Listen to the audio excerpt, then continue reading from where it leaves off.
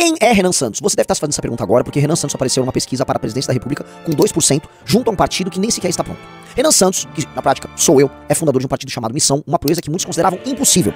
E aí muita gente tá curiosa, como pode um rapaz, liderança de um grupo de direita que não é bolsonarista, ter conseguido montar o partido e aparecendo do nada nas pesquisas, sendo que quase ninguém conhece ele?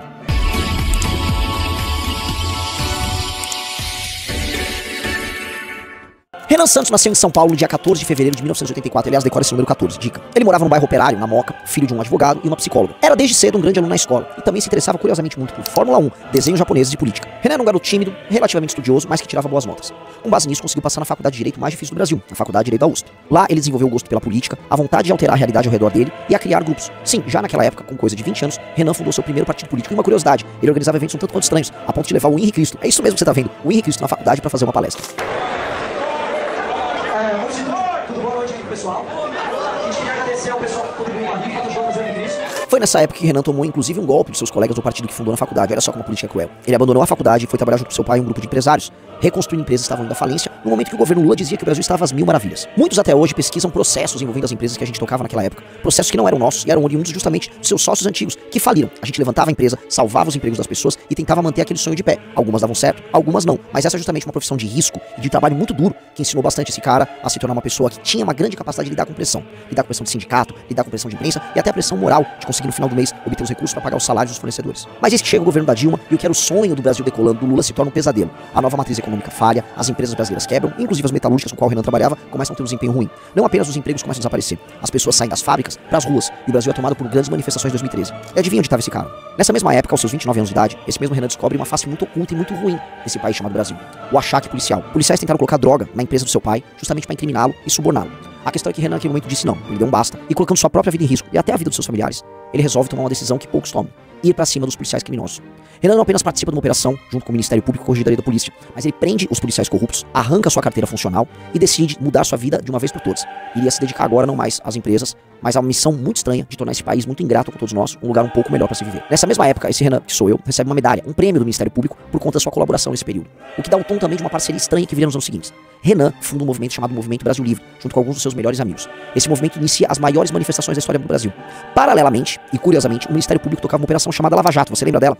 Pois bem, as ruas pedindo impeachment de Dilma e defendendo a luta contra a corrupção se mesclavam com o trabalho do Ministério Público numa operação gigantesca que mudou o destino do Brasil. Foi na Operação Lava Jato que a Dilma caiu e foi com as ruas, com a Paulista em manifestação, que o Brasil inteiro se tornou dono de direitos. Sim, percebemos que nós podemos mudar nosso próprio destino usando a nossa força, a nossa voz. E o Movimento Brasil Livre, o grupo que esse cara fundou, teve um papel fundamental em tudo isso. Esse Renan viu seus amigos ganharem a eleição, se tornarem deputados, vereadores ao redor do Brasil.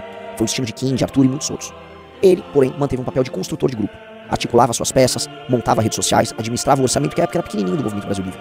E também era o maior alvo das críticas. A imprensa o atacava, matérias estranhas e mentirosas surgiam. Tentaram, inclusive, incriminá-lo, já com Bolsonaro no poder, por fazer críticas ao governo Bolsonaro. Era a lógica da direita do momento. Se você tá com Bolsonaro, você pode tudo. Se você não está, você tem que ir pra cadeia. Mesmo tendo toda a sua vida exposta, sua família humilhada e devassada, esse cara resolveu continuar. Ele acreditava em algo meio estranho. Ele achava que dava pra ser de direita, enfrentar o petismo e desenhar um Brasil muito duro com criminosos, sem precisar necessariamente se ajoelhar pro político famoso em questão. Na verdade, ele achava que tinha que meter a porrada, falar real sobre esse tipo de político. Renan, assim como seus amigos, não acreditava em Bolsonaro. Achava que Bolsonaro era uma farsa, algo que ficou comprovado pela própria fraqueza de Bolsonaro nos anos seguintes. Eles achavam, essa turma muito estranha desse movimento, que você poderia ser de direita e ser honesto, e que você não precisava fazer concessões no seu discurso em nome de um pertencimento falso a um grupo político que te dá voto, mas que te tira a dignidade. Ele foi investigado pela BIM.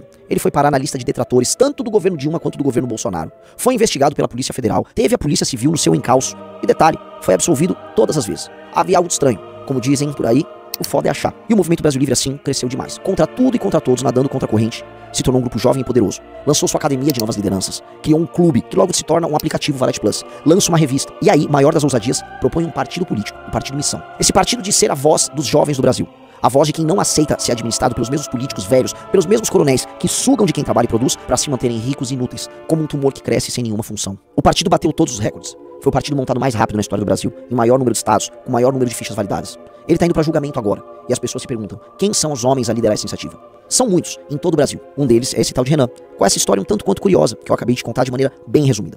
Esse cara tá propondo muita coisa diferente. Tem um tal de Livro Amarelo, que é o programa desse partido, e que dizem ser revolucionário, propondo um tratamento para os criminosos no Brasil nunca antes visto na nossa história. Propondo industrializar o Nordeste, propondo mudar a forma como nós lidamos com as diferenças regionais e com as próprias desigualdades que tornam o Brasil um país tão triste para se viver. Se te perguntarem, portanto, quem é esse Renan Santos, espalhe esse vídeo. Mostre quem sou eu. Eu sou um cara comum que tem alguns desejos excepcionais sobre o nosso futuro. Se te disserem que esse cara é um vilão, ou como muitos dizem por aí, um anjo da morte, um cara que quer vingar e trazer sangue pras ruas das favelas, lembre-se que eu quero apenas prender e matar as lideranças do crime organizado no Brasil, de maneira séria e correta, como qualquer país sério faz com aquelas ameaças terroristas que tiram a vida de brasileiros de bem. Não devemos aceitar o nosso destino da maneira como tá. Se você quer uma guerra pra sua geração e não um discurso bonitinho sobre paz, eu tô aqui te convocando. Não vai ser fácil, não vai ser bacana e nem vai ser bonito.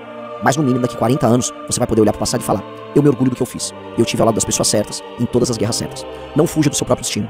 Toda vez que eu fugi do meu, eu errei. Dessa vez eu tô aceitando. Espero que você aceite esse caminho.